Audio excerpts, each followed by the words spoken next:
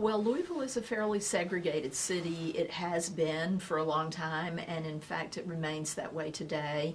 Um, we have pockets of wealth and pockets of poverty that are heavily racialized. Louisville has a huge problem with residential segregation, and part of it is because of housing. There isn't affordable housing all across Louisville. It's in different pockets and segments, and often concentrated in places like West Louisville or the South End rather than across Louisville, and so that contributes to the residential segregation. In 2015, Louisville ranked 4th on a list of the most segregated cities in America.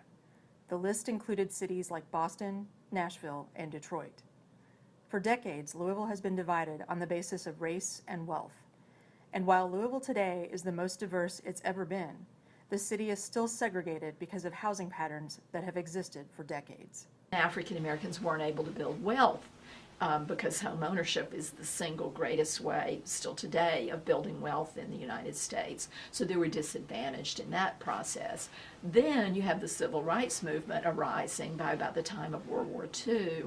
And in the 1960s, in 1968, one of its achievements was the Fair Housing Act. And that created classes of Americans who were protected by law from some of these discriminatory practices that had gone unchecked for so long. But by that time, whites had, you had such a big phenomenon of white flight from West Louisville. So even as African Americans got to move into more neighborhoods and had a larger housing choice, whites were fleeing it. In the 1970s, Louisville was ordered to forcibly integrate because although black students were technically allowed to go to a white school and vice versa, the schools were still largely all black or all white. This forcible integration took the form of busing. I remember the first day of busing and the first day of school that year, and waiting in the foyer of Phyllis Wheatley for the school bus. The city system didn't have a system of busing. Everybody was within walking distance. So a few of the high schools had some transportation, but it was a district that was set up so that students walked to school. So for the first time, I saw these fleets of buses roll in, and then I saw the kids come off those buses. And they were white kids from the suburbs that had been assigned to Phyllis Wheatley, and they were elementary-age kids. So in through the doors now comes our walkers, the neighborhood kids, and the bus riders, the suburban kids. And it was the first time in 3 or 4 years, because I had been at Wheatley that long, it was the first time that I had really seen integration. And it was just, all the kids were so normal and so natural, and we were there to greet them and make sure that the kids who had never been into Wheatley felt comfortable and saw smiling faces, and we used little buddy systems to pair everybody up so that everybody would feel secure and confident and comfortable. And so I think in that microcosm of Phyllis Wheatley, it went very well. However, there were those buses that rolled out into suburban areas that were perhaps a little bit less welcoming. We did have the Ku Klux Klan marching on Preston Highway and on Dixie Highway. There were riots. Many of those took place in front of these school buses as those children were moving into their schools. I wasn't there, but I can be confident that that had to be a very unsettling, unnerving, disturbing experience for those students. And I do know that the staffs at those suburban schools were well prepared to receive them and take safety precautions and to make them, once you're inside the building, to make them feel safe and secure and welcoming.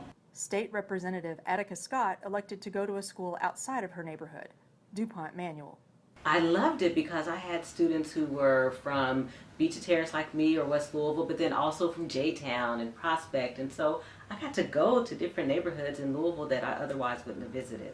But the student assignment plan has changed since Scott was in school, particularly because of a Supreme Court case in 2007 called Meredith versus Jefferson County Board of Education that banned race-based assignment.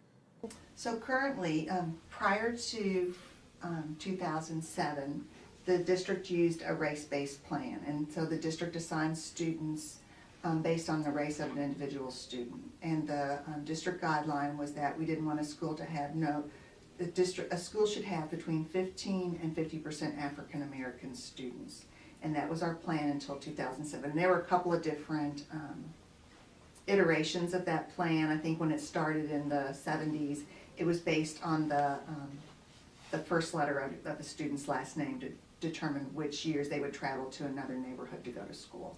And there were some different plans over the year. What we discovered was that caused a lot of disruptions for students. Students would sometimes have to change schools 5, 6, 7 times in their school career. We know that's not good for students. So in 2007, after the Supreme Court hearing, we could no longer use the race of an individual student to make school assignments. We adopted a plan that was based on the demographics of geography of where you live and the demographics of census block groups. And so currently every home and every address in Jefferson County is designated as a Category 1, a Category 2, or a Category 3. And our goal is to have students from all 3 categories in our schools so that we have a mix of students from different backgrounds and different neighborhoods in our schools. There's always room for improvement, but what I appreciate about what JCPS has done over the years is try to be intentional about providing, an integrated educational environment for students, because they know we have residential segregation. So our educational system is where that integration happens. And I appreciate that as a parent of 2 kids, one who graduated from JCPS and one who's still in JCPS. If it wasn't for that opportunity, then they would live lives that are much more segregated than I would want them to have. In the last session of the Kentucky General Assembly, Kevin Bratcher sponsored House Bill 151, or the Neighborhood Schools Bill. Critics said that it would resegregate Louisville's schools, but Jefferson County officials saw other problems.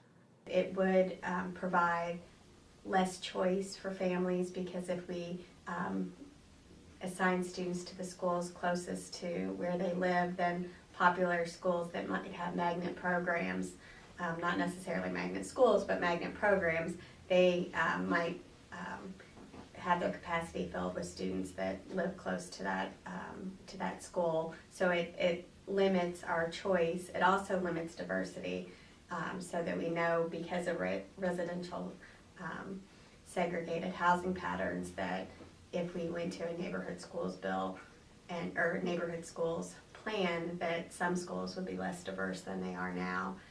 The bill didn't pass, but it's not the first of its kind. In 2011, Republicans sponsored an almost identical bill, Senate Bill 3. And while the bills haven't been popular, they show that there's a problem with the fact that Jefferson County is only integrated during the school day. One of the things that Louisville could do to address the residential segregation is pass fully funding the Affordable Housing Trust Fund, because that's one way in which people who are struggling to afford housing in different parts of Louisville could have access to affordable housing. The other is with developers and making sure that we're providing opportunities for developers to build in different parts of Louisville, so that someone who is moderate income can live in a more wealthier part of East Louisville, for example, so that we don't have the residential segregation that many kids are growing up with and that families continue to live with.